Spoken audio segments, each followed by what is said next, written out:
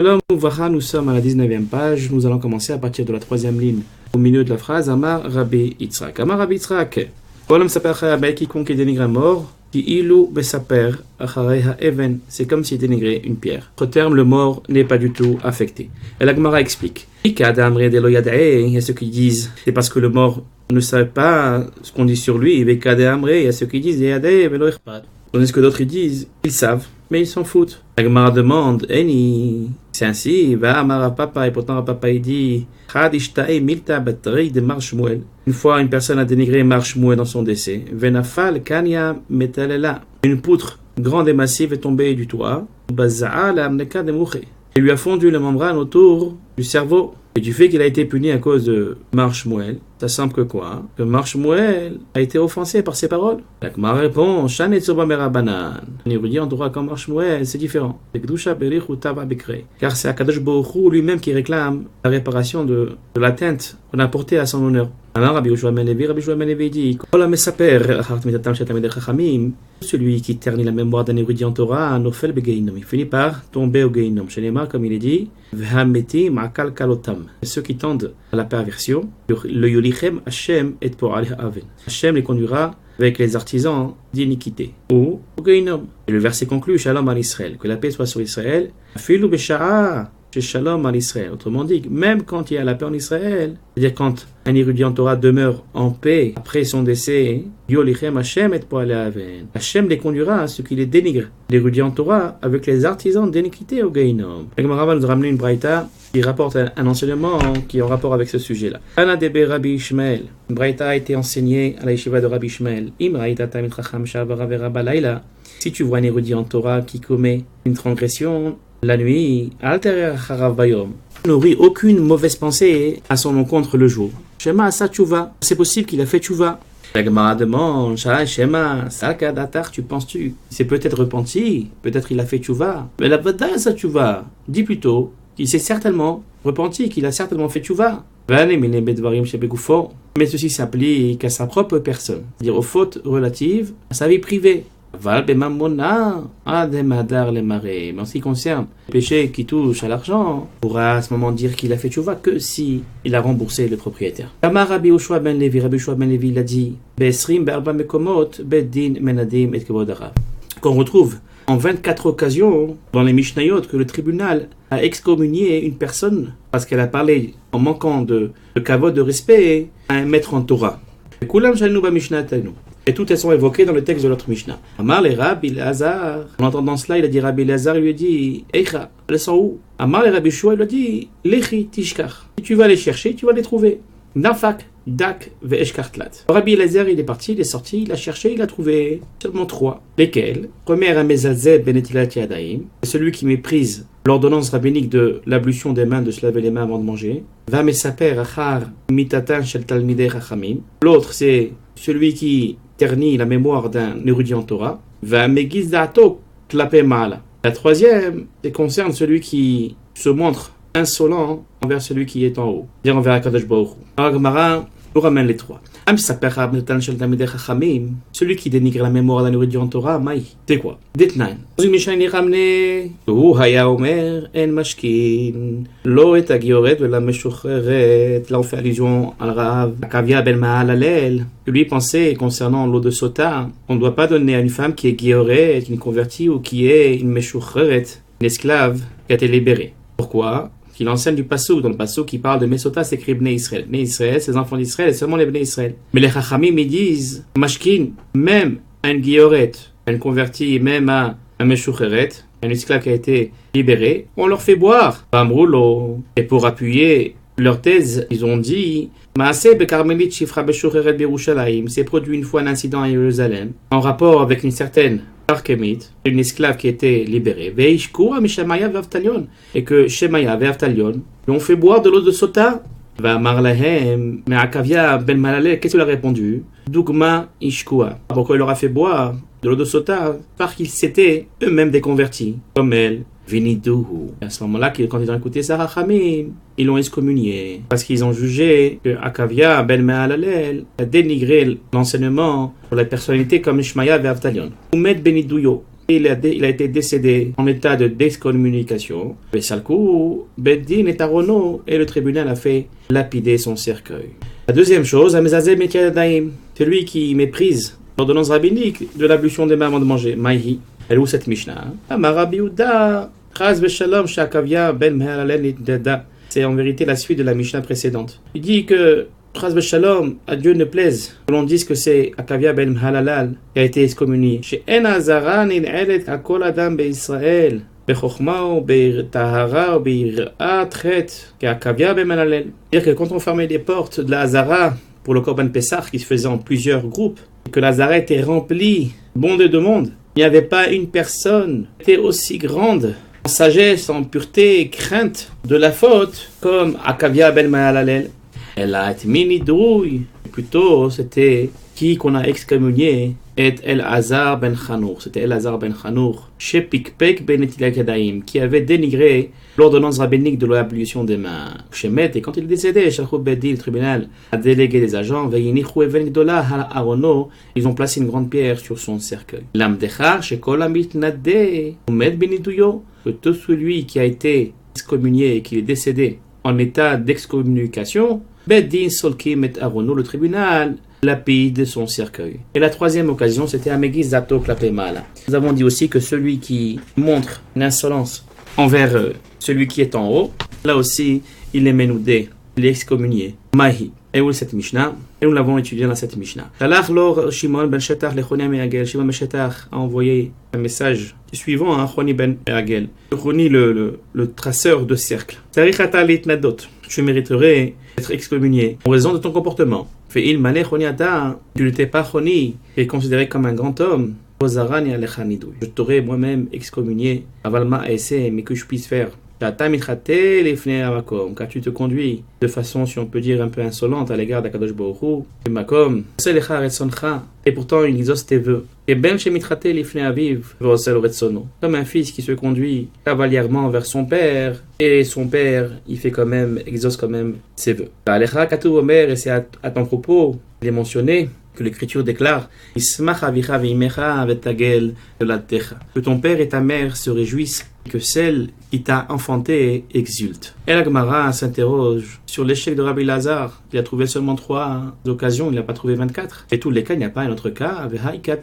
Rav Yosef, et pourtant on a une braïta au nom de Rav Yosef. Todos ish Rome Todos de Rome. Inhigad bnei Israël. L'achinan gidaim mekulasim belel psachim. Il a institué la coutume pour la population juive de Rome de manger le soir de Pessah un rôti grillé entièrement, comme ce qu'on faisait au Beth Amikdash. Shalach le Shimon ben Shetach. Shimon ben Shetach lui a envoyé en lui disant: il m'allait Todos ata, si tu n'étais pas Todos, un homme grand et érudit, Gozrerani alecha nidou, je t'aurais excommunié pour avoir institué cette pratique. Shatam achil Israël kodashim bachuz, car c'est comme si tu incites les Juifs à manger de la nourriture qui ressemble au repas du sacrifice du Korban Pessah en dehors de Jérusalem. C'est là l'encontre que nos sages ont instauré, ne pas faire un agneau pascal, de le manger de cette sorte en dehors des Yerushalayim. On apprend de cette braïta que celui qui ne suit pas les Chachamim que nous ont institué nos sages, les Chayav Nidouy, les excommuniés. Agma répond Mishnatenu Ka'amrinan. Veha braïtahi. Quand on nous a dit que Rabbi Lazare il a trouvé seulement 3, c'est 3 dans les Mishnah. Toi, tu m'as amené une braïta. C'est pas une Mishnah. Et la Gemara insiste. Umatnitim leka, tu dis qu'il n'y a pas d'autre Mishnah. Vaïka hadetnan, il y a une autre Mishnah. C'est quoi? C'est la Mishnah suivante. Chatacho chuliot. Si quelqu'un a découpé un four en terre cuite, il a découpé de façon horizontale. Venatan chuli chol ben chulia le chulia. Ensuite, il a mis du sable entre les deux sections pour les raccorder. Rabbi Eliezer metaher. Rabbi Eliezer, il dit que c'est tahor. Chachamim metamim. Le sage dit, il déclare que le tanour, il est tamé. On rappelle une petite loi concernant les tanourim qui sont faits en terre. La halakha dit que s'ils sont tamés, s'ils sont impurs, pour les rendre impurs, il faut les casser. Après Rabbi Eliezer, s'il a cassé, il a découpé en section horizontale, et qu'après il a mis du sable entre les sections pour les raccorder, le four est tahor. Mais le sage il déclare qu'il est tamé, ce four est tamé. Et c'est le tanour qu'on appelle le tanour de serpent enroulé.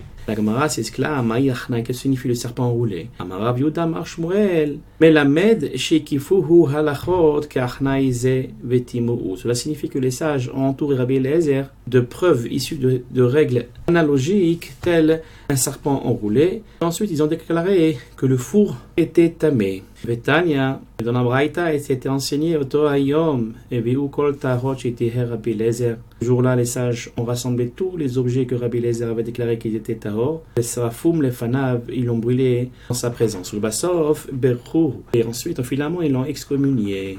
Alors donc tu vois d'ici, on trouve une autre source, même dans notre Mishnah. La Gemara répond à Philoachi Nidouye Bemlatnit Timlotnan. Il dit non, il dit le lidouille que tu m'as ramené, il n'est pas mentionné dans la Mishnah, il est mentionné que dans la Braïta. Et là, Besrim Abba Mekomot Echa Meshkachatla, où se trouvent les 24 endroits que Rabbi Yoshua Ben Levi nous parle. La Gemara répond Rabbi Yoshua Ben Levi Medaber Mimilta de Milta. En vérité, il faut dire comme ça, que Rabbi Yoshua Ben Levi, qui parlait de 24 occasions, il est comparé un cas à l'autre. Rabbi Elazar, l'homme Medaber Milta de Milta. Alors que Rabbi Elazar, il a trouvé que seulement 3 références dans la Mishnah, puis il ne compare pas un cas à l'autre. Ça veut dire qu'en vérité, il y a seulement 3 références qui sont inscrites dans la Mishnah. Ce que veut dire Rabbi Yoshua Ben Levi, c'est qu'on peut retrouver, par rapport à ces 3 références, d'autres références jusqu'à 24 endroits. Emma retourne nous enseigner et vérifier ce que dit la Mishnah. Concernant les porteurs du cercueil et ceux qui sont appelés à les remplacer. Nous Rabanan, nos sages nous ont enseigné dans le Braïta, En Motseim et Amet Samoch le Kriyat Shema. On ne fait pas sortir le corps d'un mort pour l'enterrer à l'approche de l'heure de la récitation du Kriyat Shema. Et si toutefois ils ont commencé à le faire sortir le corps, En Maspikim, on ne doit pas s'interrompre. Et là la Gemara se demande, vraiment ainsi. Rav Yosef, Afkuhu Samoch le Kriyat Shema. Et Rav Yosef, on l'a pourtant sortir pour l'enterrer à proximité de l'heure de la récitation du Shema. La Gemara répond, Adam Chashuv Shane, un personnage aussi important que Rav Yosef, c'est différent. Elle ne parle pas des gens aussi importants. Nous avons aussi appris dans la Mishnah, Shlifna Mita, Shelachar Hamita. La Mishnah nous dit aussi bien les porteurs qui sont devant le cercueil, ceux qui sont en arrière du cercueil, ceux qui sont devant, qui sont exemptés du Kriyat Shema. Et là, la Gemara nous ramène une braïta. Là, nous rabanan. Les sages nous ont enseigné dans une braïta, Oskim, Be'esped, à propos de ceux qui sont occupés à écouter l'oraison du funèbre, du défunt. Man shamet mutalifnehem, lorsque le mort est devant eux, nishmatim echad echad vekurim, ils doivent sortir les uns après les autres et rester le Kriyat Shema. En amet mutalifnehem, lorsque le mort n'est pas devant eux, alors, Hem Yoshvim Vekorim, ils doivent lire le Kriyat Shema, Vehu Yoshev Edomem, tandis que l'endeuillé s'assoit silencieusement. Hem Omdim ou Mitpalelim, eux ils se lèvent et ils prient, Vehu Omed ou Mesadim Alav et Adin Vomer. Tandis que lui doit se lever et reconnaît l'équité du jugement que Dieu lui a infligé en disant Bon Alamim, maître de l'univers, j'ai grandissement fauté devant toi, Velonifrata Mimeni, Hadmini Elef, et tu ne m'as pas infligé le 1000e du châtiment que je mérite. La volonté soit Hachem, notre Dieu, Shetikdor Pirtsotenu, Kolmate no brèche ou Pirtsot. Et les brèches de tout ton peuple, la maison d'Israël, avec miséricorde. Amar Abaye a dit, une personne ne doit pas parler de cette manière et dire que Dieu l'a puni moins qu'est-ce qu'elle le mérite. Amar Rabbi Shimon ben Lakish, car Rabbi Shimon ben Lakish a dit, il est ainsi renseigné dans une braïta au nom de Rabbi Yosef, l'homme ne doit pas jamais donner une opportunité au Satan. Amar Rabbi Yosef, il dit, Maïkra, et le verset qui appuie cette idée, comme il déclare, Im'at bizdom hainu. Et tout le passage qui dit, si Hachem n'avait laissé de nous quelques faibles vestiges, nous étions presque comme Sodome. Umar hadaleu navi. Qu'est-ce que le prophète leur a répondu? Le verset suivant, Shim'ou devar Hashem kitine Sedom. Écoute la parole d'Hachem au chef de Sedom. Le navi, il a utilisé ce que les hommes ont déclaré sur eux. Et si les personnes se déclarent comme Kimat Kesdom, nous étions presque comme Sodome, on voit que le navi, il a repris cette expression, écoutez la parole d'Hachem au chef de Sodome. Il a repris cette expression pour parler d'eux. Donc de là, on apprend que les olam aiftar pe la satan. On ne doit pas ouvrir la bouche et donner une opportunité au Satan. Après avoir enterré la mort et être retourné On a dit là-bas s'ils peuvent commencer le Kriyat Shema et le terminer avant d'arriver et d'atteindre le Havel, la personne qu'on doit consoler, les endeuillés, alors il doit commencer et terminer. Et s'il n'a pas assez de temps pour commencer et terminer, alors il doit s'abstenir, il ne doit pas faire le Kriyat Shema. La Gemara souligne une contradiction d'une autre braïta. Quand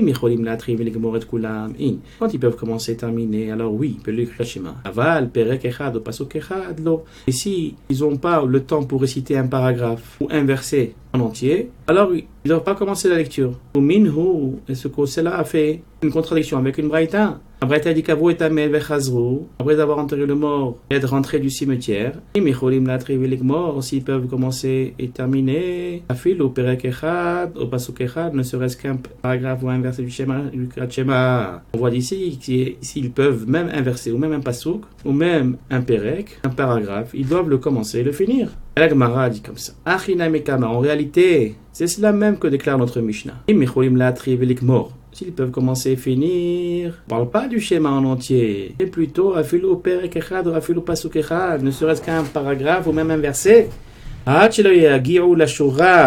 d'atteindre la rangée pour consoler l'endeuillé, ils doivent commencer la récitation du schéma, mais s'il n'y a pas le temps pour faire ne serait-ce qu'un paragraphe ou un pasuk, alors ils ne doivent pas commencer la récitation du schéma. Et là on passe à la daf bet, et la Mishnah poursuit. Quant à ceux qui se tiennent déjà devant le rang pour offrir une consolation à l'endeuillé, qu'est-ce qu'on a vu? La loi c'est la suivante. Ceux qui sont à l'intérieur, c'est-à-dire qu'ils sont en face de l'endeuillé, alors eux ils sont exemptés du Kriyat Shema. Tandis que ceux qui sont à l'extérieur, c'est-à-dire qu'ils ne se tiennent pas devant la rangée, eux ils sont obligés de lire le Kriyat Shema. Et ici la Gemara nous ramène une braïta qui développe cette règle. Là, nous Rabbanan, ça nous enseigne dans une braïta, Ashura, Haroa, Penima, Petura, qui se tient dans une rangée dont la vue est donnée à l'intérieur de l'espace où se tiennent tous les endeuillés, alors eux ils sont dispensés de réciter le Kriyat Shema. Tandis que ceux qui sont situés à l'arrière, dont la vue ne donne pas sur l'intérieur de l'espace où sont installés les endeuillés, eux ils sont obligés de lire le Kriyat Shema. Rabbi Yehuda dit,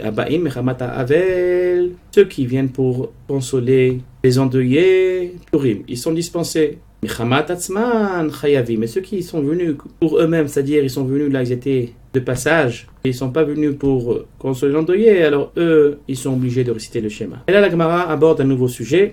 Rabbi Yehuda dit au nom de Rav, qu'il aïm bebigdo, celui qui découvre un mélange de fibres de laine et de lin dans son vêtement, ce qu'on appelle le chatnez. Oshtan afilu bashuk, il doit retirer le vêtement malgré qu'il se trouve au chouk, même s'il va être nu devant tout le monde. Maïtama, pour quelle raison dit la Gemara? Car ainsi a déclaré l'Écriture, il n'y a pas de sagesse et d'intelligence ni de conseil qui tiennent devant l'honneur d'Hachem. De là, on nous apprend, on nous enseigne, là où il y a un risque de profanation du nom de Dieu, ne se préoccupez pas de montrer du respect à un maître. Et la Gemara s'interroge. Métivé, il est contesté. Kavou est un maître de Chazrou, une braïta qui nous dit s'il a enterré un défunt et qui le raccompagne. Lifnehem, chez Drachim, mais devant l'endeuillé, il y a deux chemins. Achat Torah vechat mea. L'un Tahor et l'autre Tamé. Ba betorah, si l'endeuillé emprunte le chemin qui est Tahor. Zbaimimo Torah. Tous empruntent avec lui le même chemin. Ba betmea, si l'endeuillé il emprunte le chemin des Tamé. Ba imimo batmea. Tous empruntent avec lui le chemin de Tamé. Même si parmi les gens qui veulent l'accompagner, il y a des Kohanim. Et la Bretagne dit Ba imimo batmea. Lama mishum kvodo. Respect pour lui. Donc il en sort de là de quoi? Que même s'il y a des Kohanim, et on apprend les Kohanim de la Torah ne doivent pas se rendre tamés et passer par des chemins qui sont tmeim, qui sont impurs. Amaï se pose la question, pourquoi tu dis pas, même dans ce cas-là, il n'a pas le droit de passer dans un chemin qui est impur. Il n'y a pas de sagesse, ni d'intelligence, ni de conseil devant l'honneur d'Hachem. Et la Gemara répond qu'il n'y a pas de difficulté. L'argument Rabbi Abba be Bet Apras de Rabbanan. Rabbi Abba a interprété que cette braïta, on parle de Bet Apras, c'est-à-dire que c'est un endroit qui est effectivement interdit pour les Kohanim de passer, mais c'est une interdiction d'ordre rabbinique. Pour le kavod d'un endeuillé, Nos sages ont retiré les Zera, leur interdiction quand il s'agit de la mitzvah d'accompagner l'endeuillé. Et pour appuyer à cette réponse, la Gemara va nous fournir 2 preuves qui montrent que le statut de Bet Apras, c'est uniquement d'ordre rabbinique et pas d'ordre de la Torah. Alors que le Shatnez, celui qui portait un Kilhaim, c'est d'ordre de la Torah. Amar Rav Yehuda Amar Shmuel, quand on disait Rav Yehuda Amar Shmuel, mais Hadam Bet Apras, un homme qui traverse un Bet Apras peut souffler sur la surface du sol du Bet Apras au fur et à mesure qu'il avance. Pour si jamais il va trouver un fragment d'eau, il pourra le contourner et rester Tahor. Amar Rav Yehuda Amar Shemish Mederav, Rav Yehuda dit Ben Ashti dit au nom de Rav, Bet Apras et Nitash Tahor. Non seulement ça, mais Bet Apras qui a été piétiné par de nombreuses personnes, il est considéré comme tahor. Pourquoi ? Parce qu'on suppose que même s'il y avait un os à la surface avec la charrue des pas qui sont passés et repassés, cet os serait passé en plusieurs morceaux et qui en a plus la taille qui est adéquate à la Toum'a, qui est un grain d'orge. Donc on voit ici un peu de Bet Apras est d'ordre rabbinique et pas d'ordre de la Torah. Tashma, la Gemara va essayer de contester encore une fois avec cet enseignement. Viens, écoute la braïta d'Amar Rabbi Lazar Bat Sadok Medalgim Heinu al-Gabei Aronot shel Metim Mikrat Malchei Israël. Passer de là les cercueils des morts afin d'accueillir les rois d'Israël, Velo Likrat Malchei Israël Bilvad, pas seulement les rois d'Israël. Amo, et là, Afilu Likrat Malchei Ovdei Kochavim, mais aussi on agissait ainsi pour accueillir les rois d'idolâtres. Pourquoi ? Chez Miské, afin qu'ils méritent de vivre l'ère messianique. Yafrin ben Malchei Israël, Malchei Ovdei Kochavim, mais ils puissent discerner l'honneur supérieur est réservé au roi d'Israël et c'est lui qu'on accorde actuellement au roi d'idolâtre. Amai, on voit d'ici que même si tu étais des Kohanim, ils peuvent se rendre tamés et sauter des cercueils à un autre. Pourquoi on ne dit pas là aussi il n'y a pas d'intelligence ni de conseil qui tiennent devant l'honneur de Hachem? Et la Gemara dit Kederav. Kederav, car Rabbi disait comme ça. Rabbi disait Dvar Torah, selon la loi de la Torah, Ohel kol sheyesh bo chalatef achotzes mipnei atumra. D'endroit qui abrite un espace vide entre le défunt et le toit de cet espace, le Ohel, la tente, peut faire obstacle à la Toum'a d'un cadavre. Après cette tente, la Toum'a, on ne dit pas qu'elle dépasse la tente et qu'elle monte jusqu'en haut. Mais s'il n'abrite pas un espace vide d'un tefar, un cube, en cube, c'est-à-dire un tefar c'est environ 8 cm d'espace, il ne peut faire obstacle au passage de la Toum'a. En fait, la plupart des cercueils possèdent cet espace-là vide, d'au moins un tefar entre le cadavre et le couvercle du cercueil, de sorte que la Toum'a est retenue et ne dépasse pas le couvercle du cercueil. Et c'est vrai, chez Gazrou, al-Shesh Bahem, Mishum chez En Bahem, c'est vrai que nos sages ont décrété que même les cercueils qui contiennent suffisamment d'espace pour retenir la Toum'a, on n'avait pas le droit d'aller sur eux, qu'un Kohen n'avait pas le droit d'aller sur eux, Mishum chez En Bahem, de peur qu'on va arriver à passer, que les Kohen vont passer devant des cercueils, des tombes, bien qu'ils sont rares, mais qu'il n'y a pas assez d'espace. Mais seulement, mais comme ce secret est d'ordre rabbinique, quand il s'agit d'honorer la royauté, un Kohen aussi peut enjambrer un cercueil en travers le chemin pour accueillir un roi. Le Gemara continue à contester de l'enseignement de Rav. Tanashma, viens écoute la braïta suivante. Gadol kevod abriot, shedoche et lo taaseh shebatorah. L'importance de la dignité humaine est si grande qu'elle repousse même un précepte négatif de la Torah, qu'à partir de ce passouk, l'importance du kavod humain, de la dignité humaine, repousse même un précepte négatif de la Torah. On peut penser, on n'a pas eu le besoin d'enlever son habit qui est chatnaise, on se trouve dans un domaine public. La Gemara dit, et pourquoi alors on dit, pourquoi on ne dit pas, là aussi, il n'y a pas de sagesse, ni d'intelligence, ni de conseil qui tiennent devant l'honneur d'Hachem. Et la Gemara répond, non. Rav Bar Shaba Kamed Rav Kahana. Rav Bar Shaba est assis devant Rav Kahana et interprété comme ça la braïta. Ce qui est dit que l'importance de la dignité humaine est si grande, elle repousse même un précepte négatif de la Torah, ça fait allusion seulement à un lave de l'otasso. L'interdiction nous enseigne ne pas s'écarter des mots que dit nos sages. Et donc, ça veut vouloir dire que la Torah t'interdit de ne pas écouter ce que nos sages ordonnent. Et au moment où il y a un problème de dignité humaine, alors effectivement, ça repousse cette interdiction. Quand il a dit ça à Rav Shaba, je me suis moqué de lui. Ils ont ri en disant, lave de l'otasso d'oreitaï. L'interdiction ne te carte pas. C'est aussi d'ordre biblique. La Torah, c'est pas Rachamim. Comment tu peux dire une chose pareille? Rav Kahana, il leur a dit, Gavaraba Amar Milta. Un grand homme, comme Rav Shaba, il a dit quelque chose. L'otachichu ale. Vous ne devriez pas en rire. Ce qui veut dire, c'est pas ce que vous pensez. Ce qui veut dire, en effet, Rav Shaba dit que tout ce que nos Chachamim ont instauré, il faut l'appliquer parce que la Torah elle t'ordonne l'otasso. Ne t'écarte pas à cette interdiction.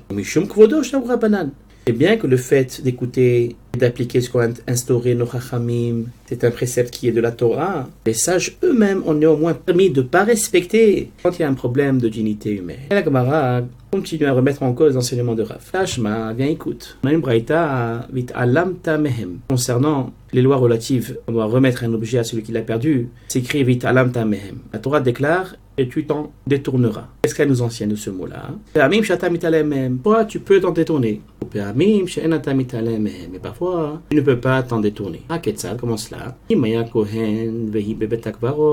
Si la personne ayant trouvé l'objet était un Kohen, et que l'objet qu'il a aperçu se trouvait dans un cimetière, le Kohen doit s'en détourner. Il ne peut pas la ramasser. Il ne peut pas rentrer dans un cimetière. Oh, même si celui qui l'a trouvé était un vieillard, il n'est pas de son caveau, de son honneur, de ramasser cet objet et de le restituer. Donc il n'a pas à le faire. Si son travail, celui qui a trouvé l'objet, est encore plus grand que la valeur que l'objet de son ami, c'est-à-dire le temps qu'il doit prendre pour lui remettre, il va perdre de l'argent, et la somme qu'il va perdre est encore plus grande que la somme de l'objet de son ami. Donc il n'a pas besoin de le ramasser. Car Nehemar, pour cette telle situation qu'il est mentionné, vite alamta, et tu te détourneras. Et donc ici la Gemara dit, pourquoi on doit agir ainsi? Nous devrons dire plutôt qu'il n'y a pas de sagesse, ni d'intelligence, ni de conseil qui tiennent devant l'honneur d'Hachem. Si un vieillard peut se détourner, ne pas faire une mitzvah de la Torah, par son kavod, alors pourquoi on ne dit pas ça? La Gemara lève la difficulté. Shani hatam, c'est différent. Tivit alamta mehem, car il écrit, tu t'en détourneras. C'est-à-dire que la Torah elle-même prévoit de renoncer à la mitzvah, de restituer un objet perdu en faveur d'une dignité qui est humaine, comme pour le vieillard. La Gemara remet cette réponse en question. Ve'elik marmine. Justement, on va apprendre de la mitzvah de rendre un objet à celui qui l'a perdu. Si la Torah, elle a écrit dans l'objet que celui qui l'a perdu, quand il y a une dignité humaine, leur réprime sur les interdits de la Torah. Alors on va faire une généralisation et on va dire que la dignité humaine prime sur tous les interdits de la Torah. Et la Gemara répond, on ne peut pas déduire une loi relative à une interdiction de la Torah d'une loi relative aux questions d'ordre financier. Shavat Aveda, remettre un objet perdu à son propriétaire, c'est ce qu'on appelle mamona. C'est une question, c'est une mitzvah d'ordre financier. Alors qu'un issour, c'est une interdiction, il n'est pas d'ordre financier. Donc il y a toujours faire cette différence entre issour et mamon. Il y a des interdictions de la Torah, il y a des lois qui sont relatives aux questions qui sont d'ordre financier. La Gemara continue à contester. Et on va écouter une braïta qui est suivante. Oula choto, ma Talmud lomar. Lorsque le verset concernant le nazir, il dit qu'il ne doit pas se souiller au nazir. Itamar, là-bas il mentionné pour son père, pour sa mère, pour sa frère, pour sa sœur, il ne doit pas se rentamer, même pour les enterrer, pour rien du tout. Le nazir. La Gemara se pose, qu'est-ce que ça vient nous enseigner? Le passage qui dit pour son père, pour sa mère, pour son frère, pour sa sœur. Qu'est-ce que ça veut nous enseigner? Ça veut nous enseigner dans le cas suivant. Si un homme qui allait égorger son sacrifice de Pessah, la moule beno, circoncire son fils, il a entendu qu'un proche parent à lui est mort. Tu pourrais supposer quoi qu'il devrait pas poursuivre sa route, mais devrait aller se rendre tamé, se souiller par la touma en enterrant le cadavre de son proche. Tu as dit déjà, il ne doit pas se souiller. C'est-à-dire qu'il y a un autre pasouk concernant le nazir qui dit tout simplement que le nazir ne doit pas se souiller pour son proche. Vous pourrez supposer que tout comme il ne doit pas se souiller pour eux, pour ses proches, même il ne devrait pas se souiller pour un cadavre qui est abandonné, ce qu'on appelle met mitzvah. Talmud lomar ou la choto, c'est-à-dire tout le pasouk qui reprend, qui dit que le nazir ne doit pas se souiller par la toum'a, ne doit pas se rendre impur pour son père, sa mère, son frère, sa sœur. Talmud lomar la choto, pour sa sœur, pour nous enseigner la choto de l'emetame.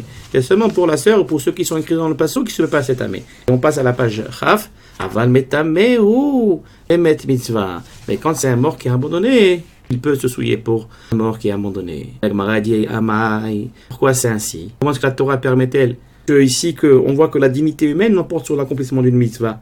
On pourrait dire, même dans ce cas-là, si la Torah elle a dit au nazir de ne pas se rentamer, ça devait comprendre, même dans le cas où il y a un cadavre abandonné. Donc pourquoi la Torah ici, elle permet que la dignité humaine l'emporte quand l'accomplissement de la Torah? On va dire, nous devrions dire plutôt qu'il n'y a pas de sagesse, ni d'intelligence, ni de conseil qui tiennent devant l'honneur de Dieu. Et la Gemara répond, là-bas, dans le cas du cadavre qui est abandonné, c'est différent. C'est écrit la choto. Pourquoi c'est écrit la choto? Pourquoi le passage qu'il a ramené encore une fois, il a détaillé pour que le nazir ne doit pas se souiller. C'est pour nous enseigner cet enseignement. S'il y a un cadavre qui est abandonné, oui, il doit aller se souiller, comme si la Torah l'avait écrit clairement. Et la Gemara remet en question, comme on a vu avant, justement qu'on apprenne de cette mitzvah du Nazir pour toutes les mitzvot. De même, pour la mitzvah du Nazir, la Torah permet que la dignité humaine l'emporte sur l'accomplissement de la mitzvah. C'est pareil pour toutes les mitzvot l'otase. Et la Gemara répond, Shev ve'al ta'aseh shani. C'est-à-dire qu'ici, s'asseoir simplement et s'abstenir d'accomplir une mitzvah, c'est différent. Il y a une différence quand on transgresse une mitzvah activement et passivement. C'est-à-dire dans ce cas-là, c'est permis effectivement de s'abstenir d'accomplir une mitzvah, telle faire le korban pessah ou la circoncision de son propre fils, quand les considérations de dignité humaine l'exigent. Mais on ne peut pas enfreindre activement, comme dans le cas de celui qui porte le chatnez. Là, c'est une action active. Il fait avec ses mains la avera, même si la dignité humaine est en cause. Dans un tel cas, on applique ce que dit Rav, il n'y a pas de sagesse, ni d'intelligence, ni de conseil qui tiennent devant l'honneur de Dieu. Voilà pour aujourd'hui, vous attachez, on se retrouve prochainement avec une nouvelle page. Shalom ou bracha.